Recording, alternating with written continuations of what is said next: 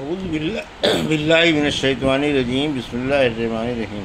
الحمد للہ رب العالمین، والصلاۃ والسلام علی سید المرسلین وخاتم النبیین، اما بعد۔ صحیح بخاری کی باب فضائل اصحاب النبی، حدیث نمبر 3669، اردو ترجمہ۔ اور عبداللہ بن سالم نے زبیدی سے نقل کیا کہ عبد الرحمن بن قاسم نے بیان کیا، انہیں قاسم نے خبر دی اور ان سے عائشہ رضی اللہ عنہا نے بیان کیا کہ نبی کریم صلی اللہ علیہ وسلم کی نظر وفات سے پہلے اٹھی اور آپ نے فرمایا، اے اللہ مجھے رفیق اعلیٰ میں داخل کر۔ آپ نے یہ جملہ 3 مرتبہ فرمایا اور پوری حدیث بیان کی۔ سیدہ عائشہ رضی اللہ عنہا نے کہا کہ حضرت ابوبکر اور عمر دونوں ہی کے خطبوں سے نفع پہنچا۔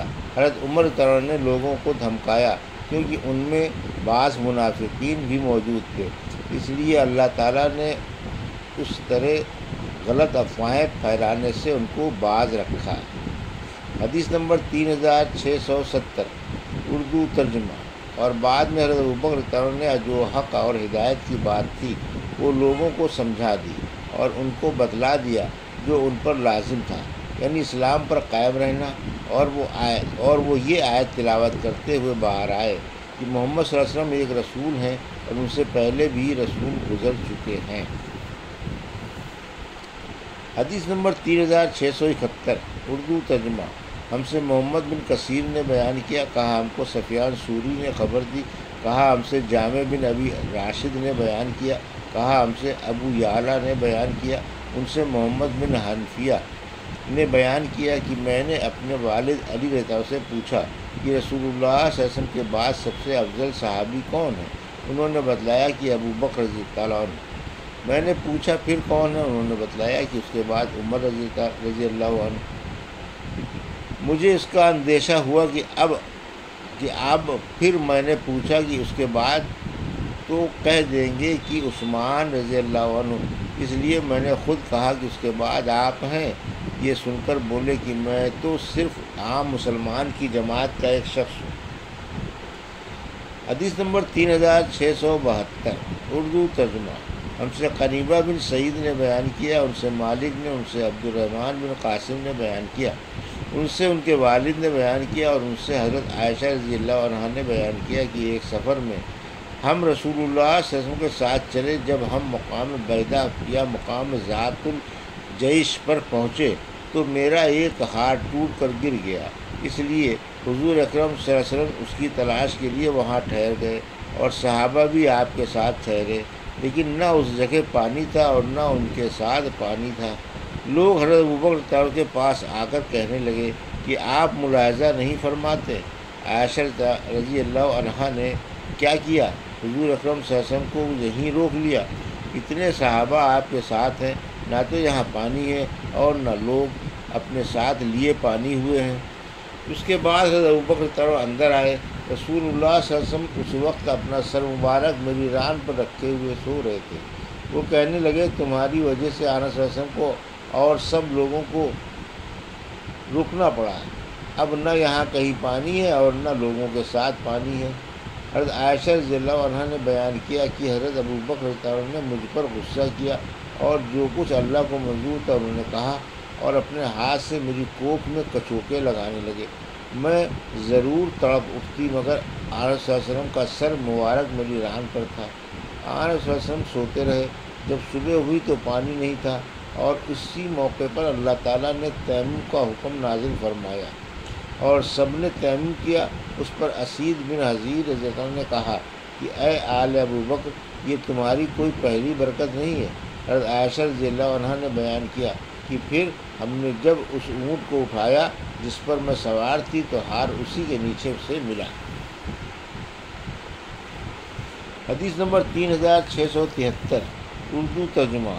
ہم سے آدم بن ابی ایاس نے بیان کیا، کہا ہم سے شعبہ نے بیان کیا، ان سے اعمش نے بیان کیا، کہا ان سے ذکوان نے سے سنا اور ان سے ابو سعید خدری رضی اللہ عنہ نے بیان کیا کہ نبی کریم صلی اللہ علیہ وسلم نے فرمایا، میرے اصحاب کو برا بھلا مت کہو، اگر کوئی شخص احد پہاڑ کے برابر بھی سونا اللہ کی راہ میں خرچ کر ڈالے تو ان کے ایک مد مد غلے کے برابر بھی نہیں ہو سکتا اور نہ ان کے آدھے مد کے برابر۔ شعبہ کے ساتھ اس حدیث کو جریر، عبداللہ بن داؤد، ابو معاویہ اور محاذب نے بھی اعمش سے روایت کیا ہے۔ حدیث نمبر 3684، اردو ترجمہ۔ 3674 اردو ترجمہ۔ ہم سے ابو الحسن محمد بن مسکین نے بیان کیا، کہا ہم سے یحییٰ بن حسان نے بیان کیا، کہا ہم سے سلیمان نے بیان کیا، ان سے شریک بن ابی نمر نے، ان سے سعید بن مسیب نے بیان کیا، کہا مجھ کو ابو موسیٰ اشعری نے خبر دی کہ انہوں نے ایک دن اپنے گھر میں وضو کیا اور اس ارادے سے نکلے کہ آج دن بھر رسول اللہ صلی اللہ علیہ وسلم کا ساتھ نہ چھوڑیں گے۔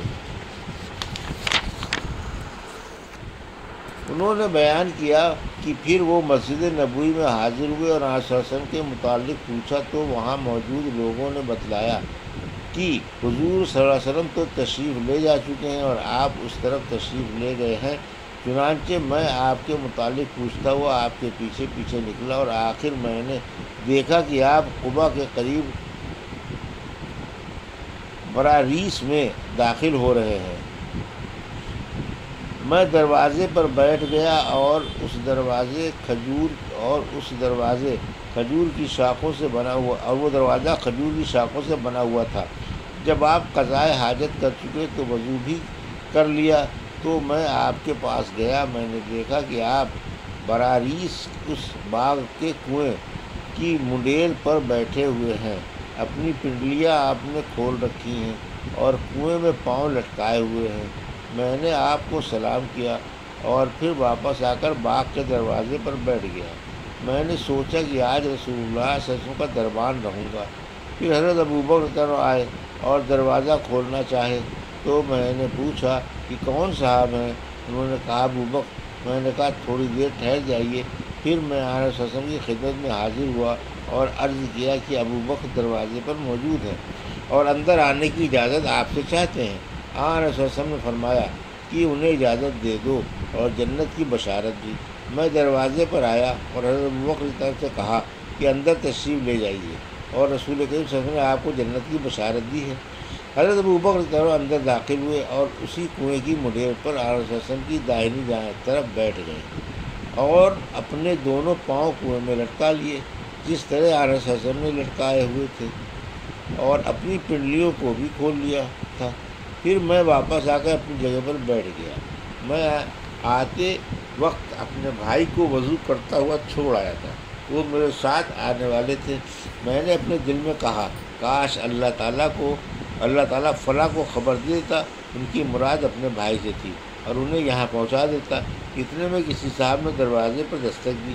میں نے پوچھا کون صاحب ہیں؟ کہا عمر بن خطاب۔ میں نے کہا کہ تھوڑی دیر کے لیے ٹھہر جائیے۔ چنانچہ میں آپ صلی اللہ علیہ وسلم کی خدمت میں حاضر ہوا اور سلام کے بعد عرض کیا کہ عمر بن خطاب دروازے پر کھڑے اندر آنے کی اجازت چاہتے ہیں۔ آپ صلی اللہ علیہ وسلم نے فرمایا کہ انہیں اجازت دے دو اور جنت کی بشارت بھی پہنچا دو۔ میں واپس آیا اور کہا کہ اندر تشریف لے جائیے اور آپ کو رسول کریم صلی اللہ علیہ وسلم نے جنت کی بشارت دی ہے۔ وہ بھی داخل ہوئے اور آپ کے ساتھ اسی منڈیر پر یا بائیں طرف بیٹھ گئے اور اپنے پاؤں کنویں میں لٹکا لیے۔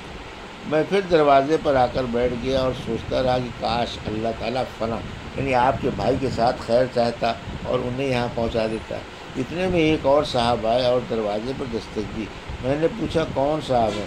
بولے کہ عثمان بن عفان۔ میں نے کہا تھوڑی دیر کے لیے رک جائیے، میں آپ کے پاس آیا اور آپ کو ان کی اطلاع دی۔ آپ سب نے فرمایا کہ انہیں اجازت دے دو اور ایک مصیبت جو انہیں پہنچے گی اور جنت کی بشارت پہنچا دو۔